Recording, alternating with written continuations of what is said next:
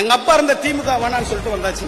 எங்க அப்பா இருந்த உதயசூரியன் சின்ன வேணா, அந்த கட்சியை வேணா, அந்த தலைமையை வேணா, அந்த வாரிசா வேணான்னு சொல்லி நீங்க வந்தாச்சு. புரட்சி தலைவர் வேணா, புரட்சி தலைவி வேணா, ரெட்டை இலைய வேணா, எந்த இலைய வேணான்னு சொல்லிட்டு வந்தாச்சு. நான் தலைவரா இருக்கக்கூடிய நானு வாங்க ஸ்டாலினை முதலமைச்சர் ஆக்கலாம் அப்படின்னு உங்களை கொண்டு போனா தப்பா சரியா?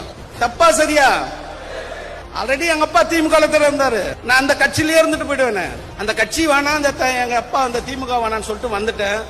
சமூக விடுதலை வேணும், இந்த சமூக தலைவரோட தலைமை வேணும்னு சொல்லிட்டு வந்துட்டேன். திருப்பி அதே இடத்துக்கு இட்டுன்னு போறதுக்கு எதுக்கு இந்த இயக்கம், எதுக்கு இந்த கட்சி? கேட்கணுமா இல்லையா? கேட்கணுமா இல்லையா? யார கேட்கறதே கிடையாது.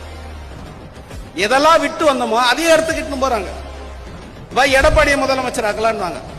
அடுத்தது பார்த்தீங்கன்னா உதயநிதியை முதலமைச்சர் ஆக்கிறதுக்கு கூட கூட்டிட்டு போவாங்க. நம்ம எப்படி ஆள்றதுன்னு தான் நம்மளுடைய நோக்கமா இருக்கணும். இதான் பகுஜன் சமாஜ் கட்சியோடைய கொள்கை.